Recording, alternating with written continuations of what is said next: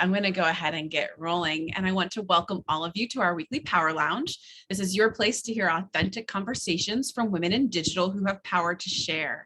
My name is Amy Vaughan, and I am the owner and chief empowerment officer of Together Digital, a diverse and collaborative community of women in digital, tech, advertising, marketing, HR, you name it, digital adjacent, who choose to share their knowledge, power, and connections. You can learn more about us at www.togetherindigital.com. And today I'm excited to invite and connect all of you with Christine McHone. She is the Senior Principal Success Manager at Slack. The user experience is always at the top of her mind, from the how, the why, and the what is created to best serve customer needs, to finding innovative Slack solutions which exceed their expectations. Prior to joining Slack, Christine spent more than a decade at Accenture Consulting. She most recently supported clients in social media space during periods of rapid growth and expansion. Christine is also a real-life archaeologist and travels far and wide to visit UNESCO World Heritage sites. And she currently resides in San Francisco. So good morning. It's early there for you. With her two children, and will always remain a Midwesterner at heart. So from one Midwestern girl to another, Christine, love that you're here with us. Thank you for joining us today. Yeah, thanks for having me. Absolutely. All right. I've got the questions. You've got the questions. Let's get to them. Ladies, for those of you who are listening in our live audience, please add to the chat where you're listening from, and any questions that you have, we will get to them at the end. But I want to make sure that you all are asking questions and getting all of the goodness that you need out of Christine while she's with us today. But I want to get right to it, because as I was reading your bio, it might have struck some of you as interesting, this real life archaeologist. Christine, can you share with us how someone with an MA in anthropology and archaeology and a BA in political science from Columbia University got into tech and does not necessarily end up being the female equivalent of Indiana Jones? Oh, that's such a great question. Well, I think the short answer is that I kind of am. So when someone needs to find something, though, it may not be an ancient artifact, I'm usually the one to find it. And that can be at home or at work. So whether it's that Lightning McQueen car that hasn't been played with in months that my 5-year-old is now looking for, or the link to that one presentation from, like 7 years ago that had this really great quote in it, but no one can remember what customer it was from, I can usually find it. So I always joke that I'm the corporate archaeologist. But if you were to kind of plot my career on a graph, I think my journey would look a lot like a sound wave. There's lots of ups and downs to get to where I'm at, where I'm at today. And of course, there's like the much longer answer that we can go into as well. This is the non-traditional career journey in tech. And I think anytime we can get a woman to stand up and share her career journey and story, it's so helpful and insightful. So yes, please divulge us with a long answer. It's totally fine. Yeah, well, I thought about this, and I would say that, growing up, we oftentimes, just really had to make do with what we had, right? So what we lacked really in the material world, my parents made up for experiences. And I think this is really where my early fascination with archaeology came in. We were a family of explorers. And sometimes that meant that we would spend, a day out rock hounding, or sometimes we would just take weekend drives with no destination in mind and just kind of stop wherever we, felt the urge. And then kind of where I think things really took off for this passion for archaeology was my parents had this really small baseball card shop growing up.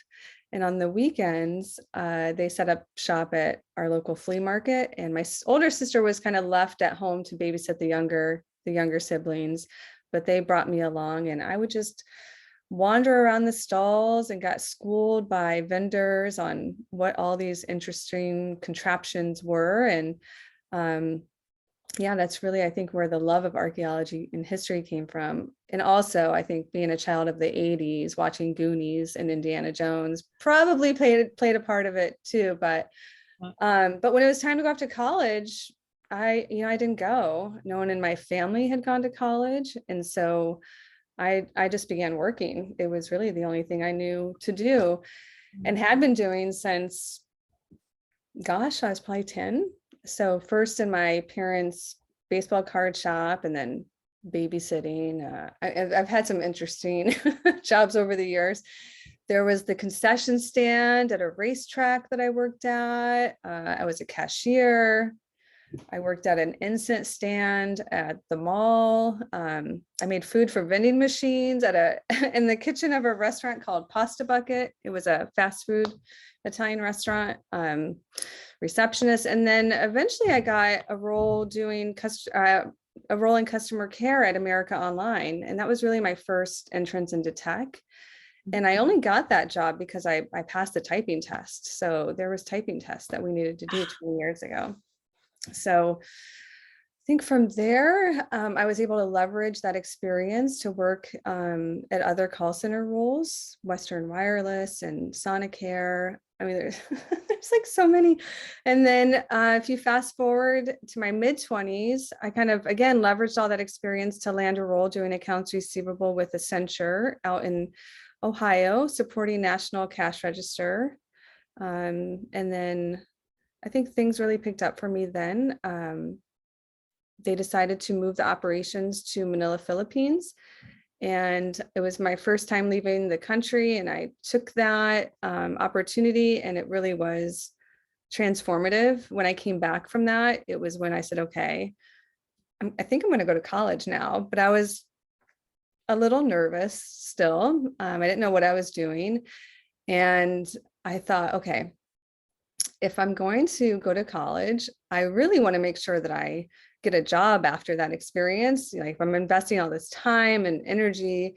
So I thought, okay, what jobs can you definitely get if you get a college degree? And it was like doctor or lawyer were the only two things that I could think of. So I said, okay, I don't have the time to do the doctor route. So what kind of undergraduate degrees do attorneys usually get? And it was poli-sci and pre-law. Luckily, my community college had political science. So that's kind of how I went into that. But yeah, I did night classes at my community college, got my AA, and then transferred to Columbia to get my bachelor's. And that was really the first time that I hadn't worked in about 20 years. So, I mean, it's a combination of a lot of things, right? So the financial insecurity growing up was really a driving force that led me into choosing poli-sci, because I just was, really nervous about that decision to go off to college. And then I said, if I ever get the chance to get my master's, I'm going to make that decision from the heart. And that's how I ended up doing archaeology for my master's.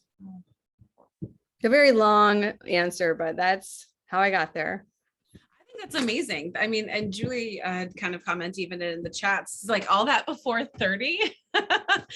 So many different kinds of jobs. And I think what's interesting about what you pointed out was that, I think especially in our kind of more modern society, and I still think even in like the late 90s and early aughts, there was this pressure that, this is the way that you live life. You finish high school, you go to college. And then, having grown up in, a family who didn't have an abundance of wealth, you're right. Like, I never thought about that until you said it, and a little light bulb went off. Like, oh, part of why I chose pre-med, my first year of college was pre-med, was I had a passion and interest for healthcare and helping others and supporting others. But I also realized now too, it was like, oh, I made that choice out of a scarcity mindset. What kind of thing can I go and get a degree for? And if I'm paying for it myself, what job's going to help me pay down those loans the fastest? Exactly. Never even put that together until that moment. So kind of looking back through all of your experience, because it has been so vast and varied, I'm sure that there are certain themes or lessons from your career journey that have helped you to step into, tech, which just a lot of people feels like a very challenging area to get into. Yeah, I mean, I guess, so, I had now gotten this archaeology degree. So it's like, okay, like how do you go into tech, right? So there's a lot of different, again, factors that played into that, and some of the lessons that have carried me along in this decision to go into tech. But I think ultimately I was at this place where I was still working. I had gone back to Accenture after I got my bachelor's degree.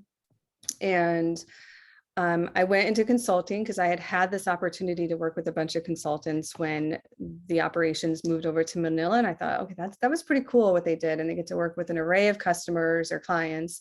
And so when I graduated, I went back to Accenture and then was, I was crazy times, but I was working full time, getting my master's. And by this time I was pregnant with my first. I'd gotten married, and I was volunteering on the weekends with the Metropolitan Museum of Art in New York. And I was kind of like, I'm really going to do archaeology this time. But as it came closer and closer to my due date, I thought, I think being a mama is going to be like the best adventure that I could have. So I really want to be a real presence in my daughter's life, and I don't want to sling her on my back on a dig in the middle of nowhere. So I just really want to be a mama. So after all of this, my partner ended up getting a job out in San Francisco after he graduated. We moved out here, and while the majority of my customers in New York had been in the financial services sector, all the clients out here with Accenture are mostly in tech. So that's how I kind of landed back into the tech space. And then when I made the decision to kind of see what else was out there after Accenture, I kind of felt in a lot of ways that I'd come full circle when I joined Slack back in 2019. So I mentioned it was about 20 years before when I was supporting customers at America Online, which at the time was, for those of you who remember, it was a real game changer in how we communicated. And it was the times when we used to get really excited when we would get an email, to now being at Slack, which is also this game changer in transforming how we communicate and collaborate at work or outside of work. And I think now we kind of cringe when we get emails, but I would say that through all of this, the thing that the lessons I would say would be, for the longest time, I felt like I didn't belong, and that insecurity really prevented me from, attending college at a traditional age. And then when I got into Columbia, that was, gosh, like I had really bad imposter syndrome for a while.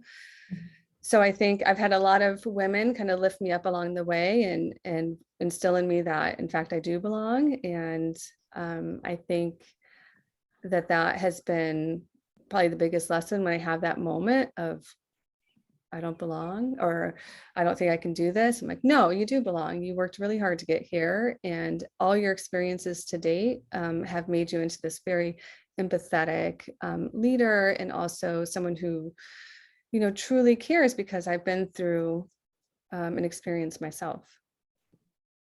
Yeah, I think, when you were listing off the seemingly random kind of jobs that you'd had in the past, there was always an angle of service, and attention to the needs of others. And, when we're building and creating technology, especially things like Slack, I imagine the end goal is to meet those needs of those customers to create that satisfaction. Because while you can have something that's beautiful and slick and runs well or has these amazing features, like it's pointless unless it means something or it can be utilized properly by the end user. And so I think that, it's awesome that you're sharing that you had and felt imposter syndrome and that you got help and support from others and feeling like you belong. But at the same time too, do you feel like there's anything about like your personality or work ethic that helped you just kind of get through that versus just throwing up your hands? Did you ever feel like you were like, oh, the tech isn't for me? Or did it just kind of feel natural and seamless for you? Yeah, I think to your point earlier is that it really is, service, right? I lead from the front, right? I want to make sure that everyone is successful. And I think that what the professor that I met with at Columbia when I was having this really intense imposter syndrome, she said to me, I never went to office hours, hardly ever, but I went and visited her, and I said, like, this is how I'm feeling right now. And she told me that more than half of all C-suite executives are self-made and that I belong. and that what's going to make me successful is my approachability and my ability to feel comfortable within all levels within an organization and navigate them with ease and authenticity. And, it was really that kind of like aha moment for me that made me feel really comfortable embracing this non-traditional path. So I would say that the thing that I bring when I'm servicing my customers is that I care what everyone's experience in Slack is, not just the frontline worker. I want to know how I can help them. And I also want to know how I can help the executive team feel more connected to their employees and use Slack to the best of its ability too. So, and I am able to have those conversations with both of those groups pretty easily. That's great. That's really great. I love that. Because I do think too, as women, we tend to, and maybe I'm sure men do it too in certain times, we tend to discount those soft skills as not making us qualified for being in jobs that are working alongside very technical people. But being able to work with very technical people and then end user, huge gift that not everybody has. And then I also loved your note about fitting in your professor. That's great advice. It reminded me of, we did the Power of You a few weeks back with Dr. Margie Saranto, and she I was just listening back because the podcast is out there now as well. And one of the things of her, there's several things in there that she says that stuck with me, but one of them was, once you stop worrying about exactly how to fit in with everybody and just show up and be, you'll find you fit in anywhere. And so right. And so I feel like you've done that, you've worked yourself into a space and a place by providing what is your, leveraging what are your strengths and bringing it to the forefront. Is there anything else that you feel like you bring out in the work that you do that maybe nobody else does or that you hadn't really seen? Yeah, I mean, that's like a really tough one. I thought about that one. And the thing about Slack and the attributes to employees of Slack is that there's 4 key attributes that they look for. One is that you're smart, not just book smart, but smart in how you approach complex issues, humble, hardworking, and collaborative. So we are really, really humble bunch. And that's awesome. Yeah. So when I try to think about something that, I do that nobody else does, I would say that I'm kind of known within the customer success organization for focusing on surprising and delighting my customers and really pushing the limits on how we can use Slack to wow them, and taking all of those lessons learned and helping my colleagues and empowering them to do the same, and also my customers to do the same within their own organization. So I'm sure you've seen little delightful features within Slack that you're like, oh, I didn't know that existed. Yes. Take that and use it in my role. That's awesome. That's great. Yes.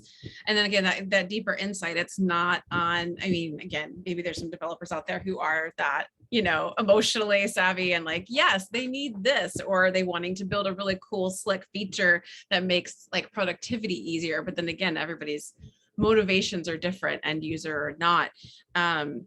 There's something else you said there too that I liked a lot. And then it left my brain because I typed the quote for those of you who are asking for it into the chat. Maybe it'll come back to me in a minute. I don't know. It's Friday. My brain is fried. But I love that. That's a great answer, Christine. All right. We did have a quick question that was in the chat, and I want to go ahead and bring it up now because it's a good time, because we're going to start kind of digging into more about the aspects and experience and, the features and whatever of Slack. So Agnesa was asking, Christine, can you describe what is the most challenging part of your current job at Slack? Oh, I think I always, the answer I always give is gosh, I wish there were 50 more of me to work on a given customer. And I think, you want to do so much. So it's just finding, the things that you can do that will have the largest impact. So I work with customers that have, over 100,000 Slack users using it, right? So like, I want to talk to HR. I want to talk to the contact center folks. I want to help everyone. And so really having to choose wisely, but I, have that guilt of like, oh, I don't want to neglect anyone, but oftentimes I have to. Yeah. Yeah. So it's just a matter of kind of creating more of you. I remember what it was too, as you were saying it, it was humble that kind of sparked a memory for me when I was coming out of college, my second time when I went back to school for advertising and design at night and worked full time too. That's something you and I both kind of had in common. And I'm like, how did I do that? Oh, I was 20 years younger. That's why. No kids. But was humble. And I remember I put like 3 descriptors on my first draft of my resume. And one of the words I had on there was humble. And the creative director that was mentoring me was like, what is that for? And I'm like, what do you mean? He's like, you're going into advertising. You don't need those words on there. I was like, but it's kind of about who I am. And he was like, yeah, but you don't want to have humble on there. I'm like, I don't. I should have seen that as a flag. I'm like, maybe this isn't exactly, I mean, I love the industry. I love what we do. I love the messaging. But yeah, the ego, that part I could do without. So I love that there's like entire companies as big as Slack that are seeking out those kinds of qualities in people, because I think that's tremendous and not normal. Yeah, I think it's such a beautiful attribute to have, and to be able to say with complete sincerity that I do work with a bunch of humble folks. What ends up happening is everyone wants to help each other, right? Everyone wants to lift each other up. There's so much collaboration that's just comes not only because of the tool itself, but because you have this, humility that permeates our culture. And it's there's just so much kindness in Slack. And I think that you can also, that comes through in our product, the playfulness, the humility, the willing to take in feedback, whether it's good or bad. So I think it's a wonderful attribute to have. Yeah. And so you joined in 2019. And I know since when I was poking around online that Slack has seen as much as like 43% growth. I was about to say year over year. And I'm like, oh, that's only been like 2020 and 2021. So, given the culture that you all have there currently, and since you've been there through all of that growth, how has it impacted the company and the culture, or even your role over the last 2 years? Yeah, where lots changed. So I don't know if you heard, but we recently got 70,000 new colleagues after the Salesforce acquisition. So things have changed. We have many more resources available to us than we had before. We have some really cool new ideas. Of course, lots more collaboration and just more excitement. It's just a very exciting time for us. So I would say prior to this and during that period of rapid growth, and as we kind of made this shift to remote work, and I remember you and I talked about this when you were doing in person, but Slack really kind of helped bring the community back together, and in a way that wasn't even possible before. But there was this intense growth period, right? And so I think during those times, one really needs to become a jack of all trades. Yeah. And there's this really good story internally. I don't know who to attribute it to, so forgive me, but as the story goes, it's someone found some bug or something in Slack, and so they said someone needs to fix this, and they said, well, the somebody isn't here, they don't exist yet. So the person who found it, you got to fix it, right? So we are really empowered to drive that change forward. So during this period of growth, it was like, okay, just let me do what needs to get done to keep us moving forward. And sometimes that means going outside of your lane, but that's really okay. And it's encouraged. So I would say for me, that kind of took shape when I decided to take up accessibility initiatives forward, which kind of culminated with the debut of our Slack.com/accessibility website, which is definitely like designing a website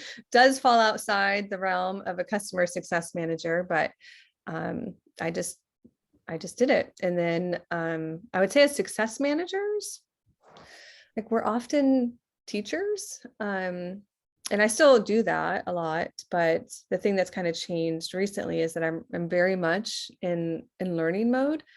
So I want to understand how I can bring forward solutions to my customers that, not only include Slack, but all the other Salesforce offerings from Service Cloud, Tableau, MuleSoft. So just very much willing to learn, back in college, I guess, in some ways. Yeah, that's great. That's really awesome. I think it's just such a healthy mentality to have. And I also, it wasn't lost on me either, like because I'm a writer by trade. So like words to me really do matter. And so the idea that you're not just an account manager or a client manager, your success, like you are focused on the success of, the people who are leveraging the platform. And I think that that's such a smart kind of thing to do, even from a cultural standpoint within a company, is to look at the titles that you're giving people, and how are you baking in what actually is the end goal of their position, because it's a constant reminder to you that this is what you're doing. You're out to help find the win for both.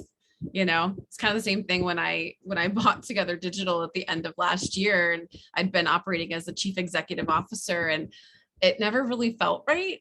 And a friend of mine who was very amazing and good at being honest with me, she was like, well, is it just because you don't feel like you deserve it, or you just think that you're not liked because of it? I was like, no, it just doesn't have the essence of what it is that I feel like I'm trying to do every day. That is like, and that in terms is my job. So as soon as I bought the company, I changed my name, Chief Empowerment Officer.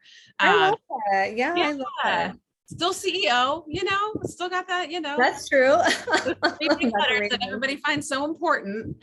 But it really actually stands for something that I think that is more meaningful and more in line with what, not that it is that I'm just doing, but trying to achieve. So I really like that when I was seeing like your credentials and stuff come through. I was like, oh, success. I think it's like, back to the point earlier, right?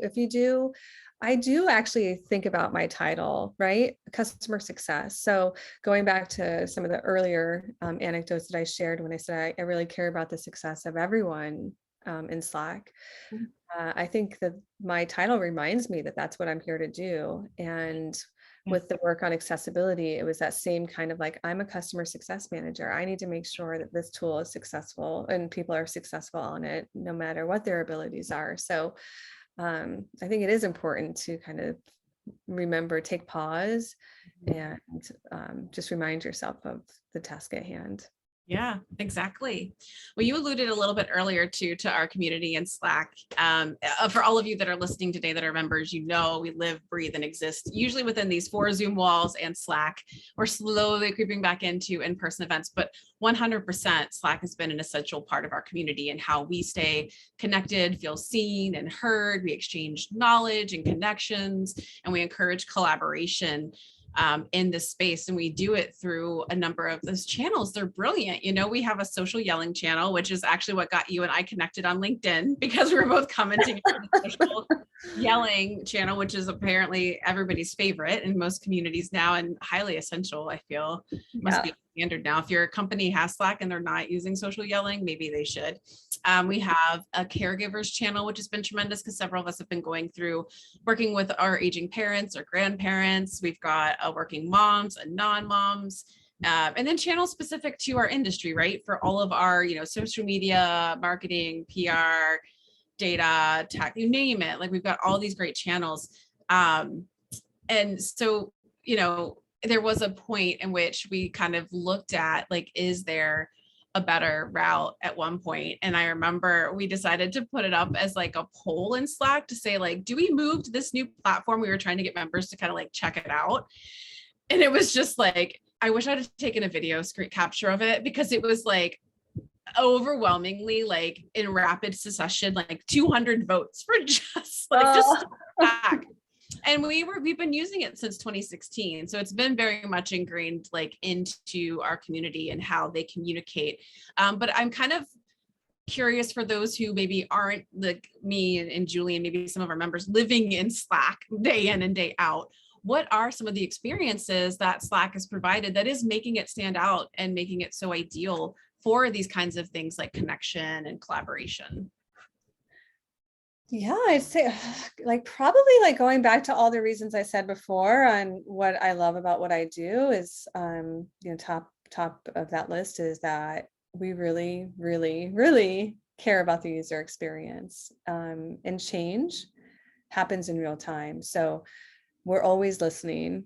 Like if you write into feedback or you tag us on Twitter, social media, we listen. We'll respond to you, and we'll play with you too. Like there's some good back and forth that happens between our social media team on LinkedIn and Twitter.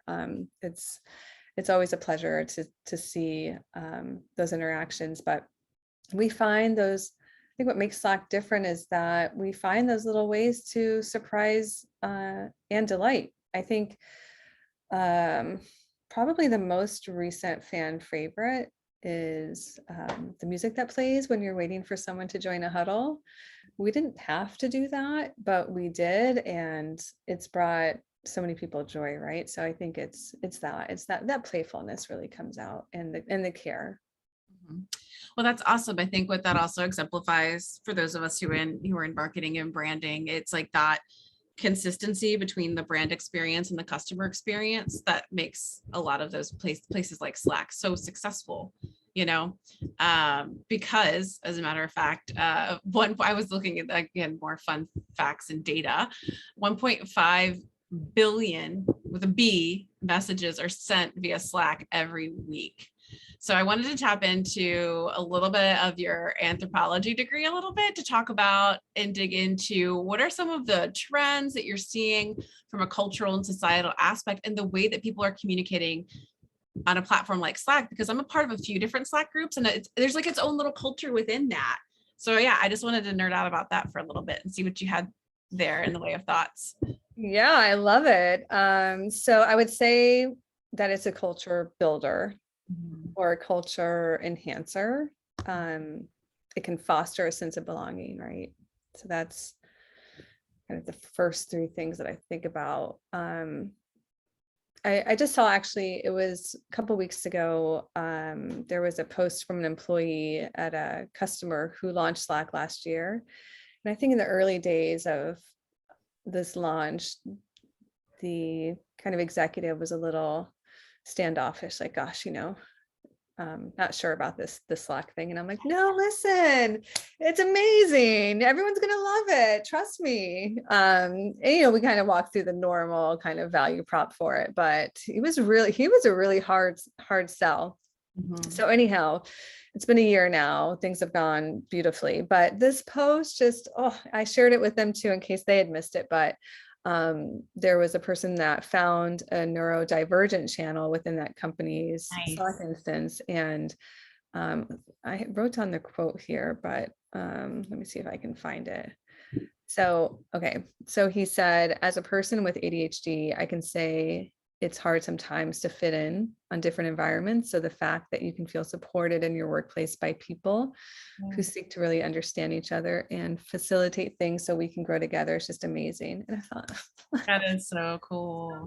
Yeah. So there's that sense of belonging that is happening, but it's also a great equalizer. Everyone has a voice. So yeah, as a woman that's often been in a room full of men, like I may have hesitated to speak up, but I don't feel that same way in Slack.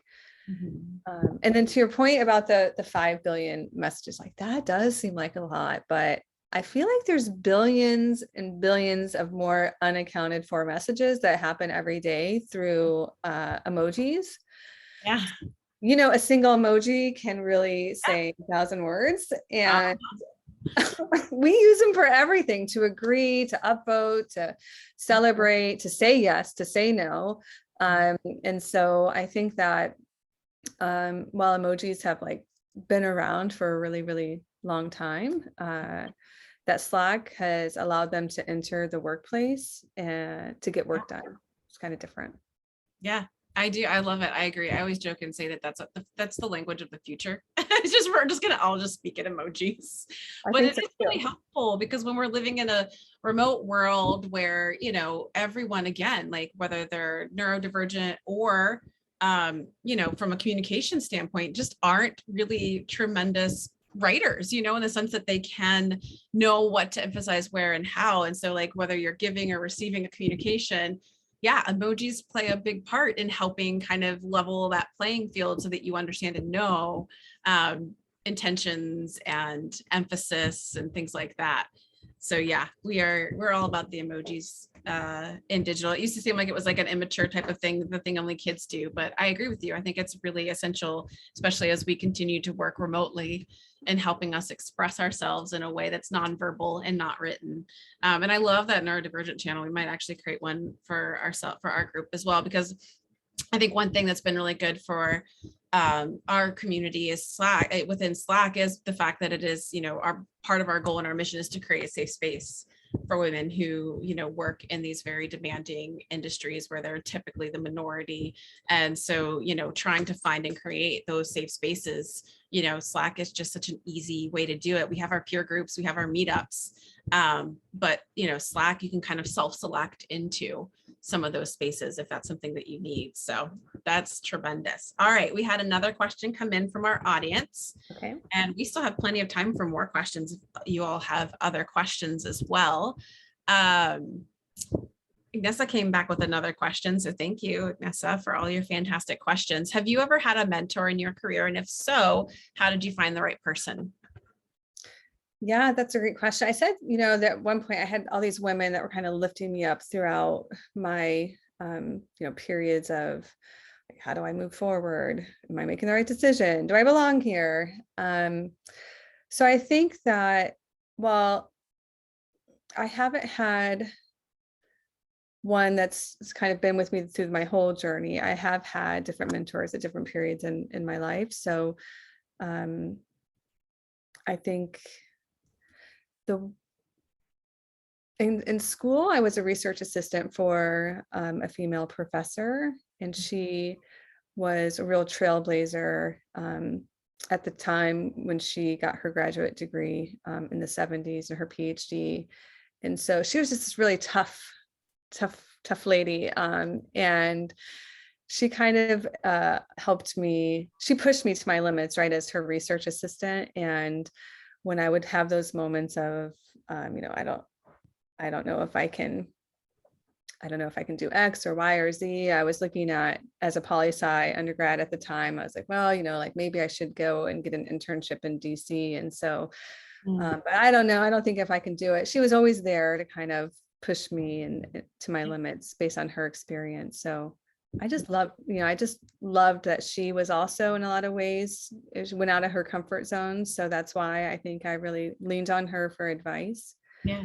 And then while I was with Accenture, I had a managing director who I just actually was messaging with this week. So he's been with me for quite some time. And I think I sought him out because he was a dad of 4.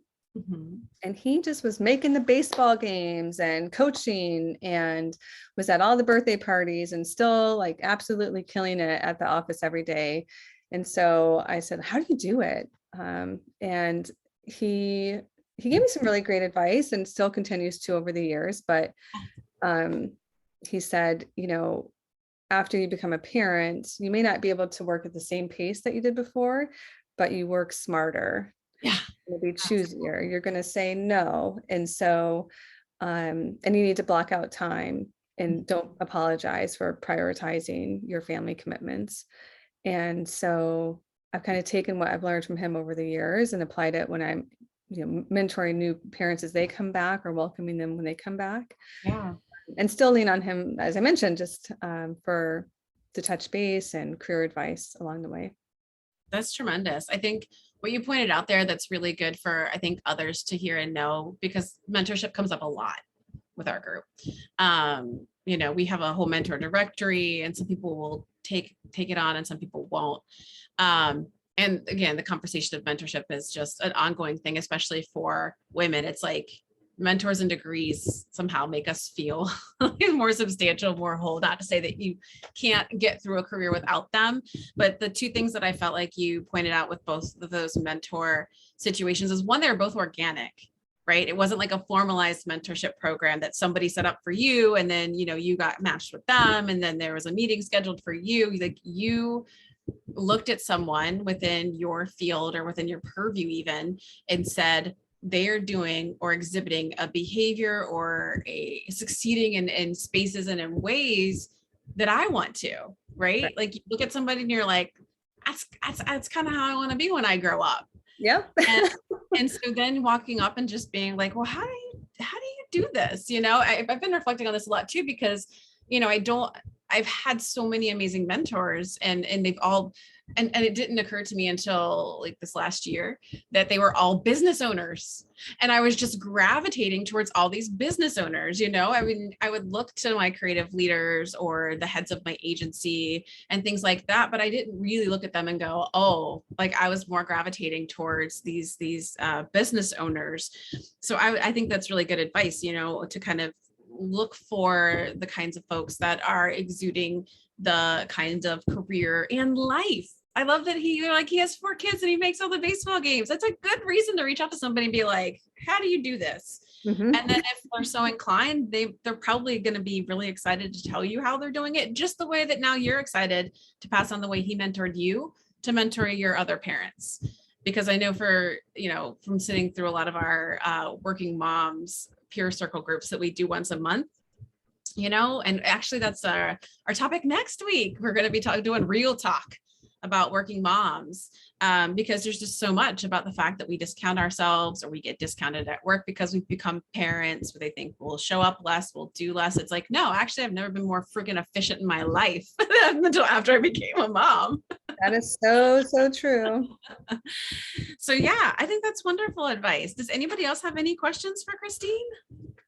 Anything about tech and Slack and customer service or her career?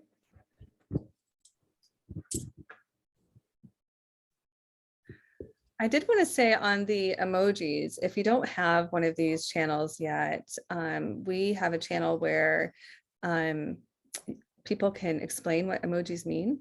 So there are some emojis where I'm just not hip enough. I have no idea why Right. Spider-Man are pointing at each other. What does this mean?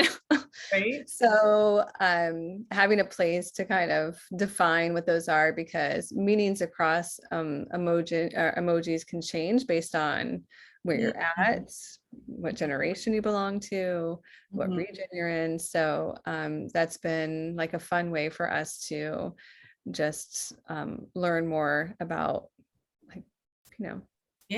what's going on in the world and like what's cool and hip. I was like very much like you, where I was like, oh gosh, I don't even use emojis on my phone. I don't feel right using them in the workplace. And now I love them. I can't work without them. Right. Yeah, I quite agree.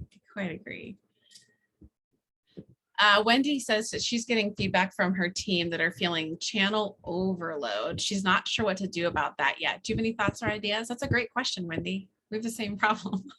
Yeah, I would say like one is, I think people have this fear about leaving a channel, like, oh, I don't want to leave a channel. But we encourage it. Leave channels. I leave channels every day, right, that aren't relevant to me anymore. So if it was spun up for like short-term engagement, I might recommend that it gets archived, or I'll just leave it. Also, muting channels is key. So you don't necessarily want to leave it. You want to keep it in your sidebar, but just kind of keep the notifications to a minimum. Just mute it. Also, if you are using a lot of @here and @channel, it can be a bit overwhelming when you log in and you see all these red badge notifications. So in my 3 years at Slack, I've only ever used @here, @channel, maybe 3 times. So if you want to get the attention of folks, particular folks, you would, just @mention them instead of using @here, which can be disruptive for all the channel members. And then I would say using custom sections. So within Slack, you can build out, they're kind of like folders. So you can drag and drop urgent channels into that section. You can also, some people don't know, is that you can actually drag DM conversations into sections as well.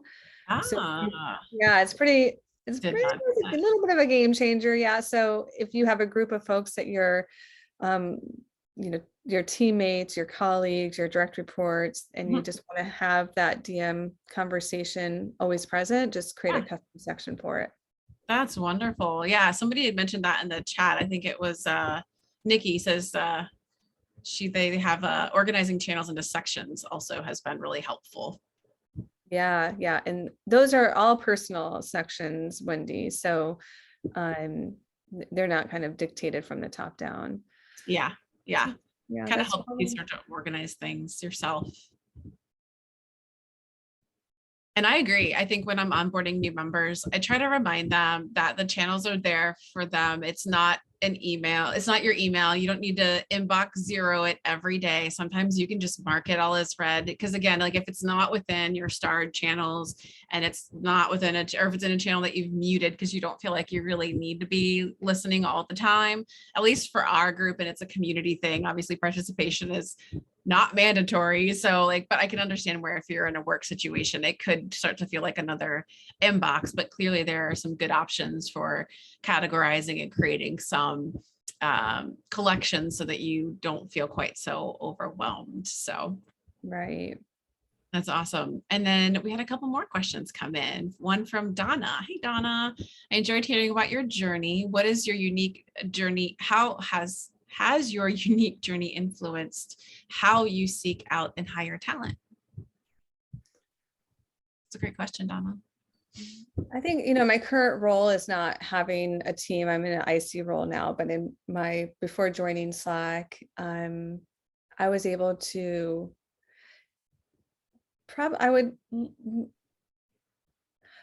oftentimes I would bring in folks that, they maybe needed a little bit of polishing. Like I saw myself in them in the early days and said, you know what, I'm bringing them in. And that has probably been like the most rewarding is seeing someone grow and thrive in their career with just that little bit of encouragement and that little bit of validation. Last year, actually, one of those people that I brought into is like, very basic entry level role. And I remember telling her like, gosh, you're like smart as a whip. She was doing all of our analytics and reporting and just had a natural talent for her. And I said, you really, you're really, talented. I would love to see you push yourself a little further. And of course I shared my story.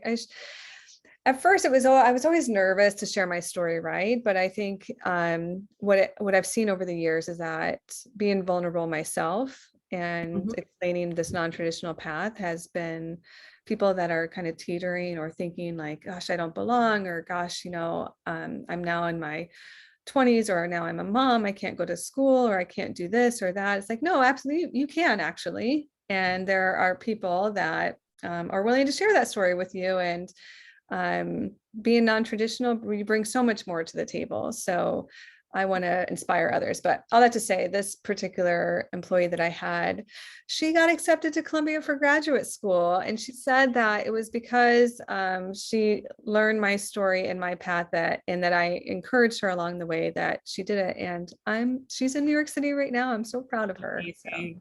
That is amazing. Yes, 110%. Showing up and being vulnerable in spaces where we feel like we are comfortable to do so does so much to empower other people. It really does. And it's awesome. It's a tremendous ripple effect. And hopefully you're having that ripple effect on somebody here today that's listening.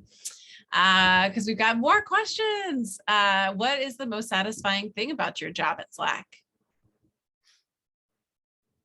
I think it's seeing that moment of, oh my gosh, like, why isn't everyone collaborating in Slack? It's that moment where like the light bulb goes off and you have access to information and people, and your day is going smoother and you're more efficient, and it's like just completely transformed the way that you get work done. That's probably the most rewarding to see. When I met somebody last year who, to just one task, it was taking her days, and she'd have to call and make phone calls and to individual stores to get this information that she was looking for. And she created this Slack channel, kind of brought everybody in, and they were able to swarm it, and it just saved her all this time. And And just to see that her light up when she told the story, it was like, that's what all of this is about, right? It's to make your working life simpler, more pleasant, more productive. And I love hearing those stories, and I love being a part of that. Yeah. Well, and again, it just brings it full circle back to like, you know, when I think about you, Christine, it's like, I could already just see, like, we were talking a lot yesterday about personal branding, and kind of you're being consistent throughout your entire career through all of the ebbs and flows and ups and downs, is that you love to help others succeed. So like, of course, you're like in the right role, doing the right thing. Those of you who are listening today, I just encourage you to think about that, you know, as you journey into tech or pivot into any other industry outside of the one that you are currently in or went to school for or whatever, you know, think about what it is that you bring that is unique. Do you problem solve? I was thinking about the solutions job you were talking to me about, or was that with Vanessa? I can't remember which one I was talking with you about that, but just like bridging the gap for incoming consumers. So it wasn't a pre-sale. It was kind of like a pre-sales thing, but the title that you guys had for it was solutions based. Yep. Solutions engineer. Yeah. And it's solutions engineer. And it sounds like, ooh, that could be like a scary thing. But then you read the description and you understand the role. And like automatically I thought of like 10 women that I'm like, would be so good at this, because you understand like certain aspects of technology and how it works. You're not the one building it, but you understand it and implications of, you know, certain changes and things. But then you also look at and you love to solve problems for other people.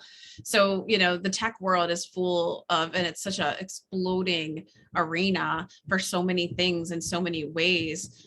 There's just a lot that, you know, especially we as women have to give to this industry. And I just hope all of you kind of take Christine's story to heart, and hopefully what I'm saying right now to heart a bit, to understand that you don't have to have all the credentials. You don't have to have all of the accreditations. Like, you can just bring what you're inherently naturally good at and start looking at those opportunities and really seeing how you can find a fit. With that, Christine, I want to let you have the last few words to all of our fantastic folks who are listening today. If there's any last bits of thoughts or advice that you have to give them. Yeah, I mean, I would say, surprise, you don't have to be technical to get into tech despite the name. So that's number one. Number two, as a room full of women, we have soft skills, right, that are just as valid and go just as long in your day-to-day than having those hard technical skills. So leverage them, embrace them, and you belong. I love it. Love it. And if you have those hard and soft skills, so unstoppable. Yes. So go after all that too. Thank you so much for this, Christine. It was really a pleasure to get to talk with you some more and to nerd out about Slack. There was lots of good conversation in our chat with our listening audience today, but I appreciate you being with us here today. Did I say that in the right order? Oh my gosh, it's time to sign off, y'all. I hope you all have a wonderful Friday. Thanks for joining us. Take care. Thanks everyone. Take care.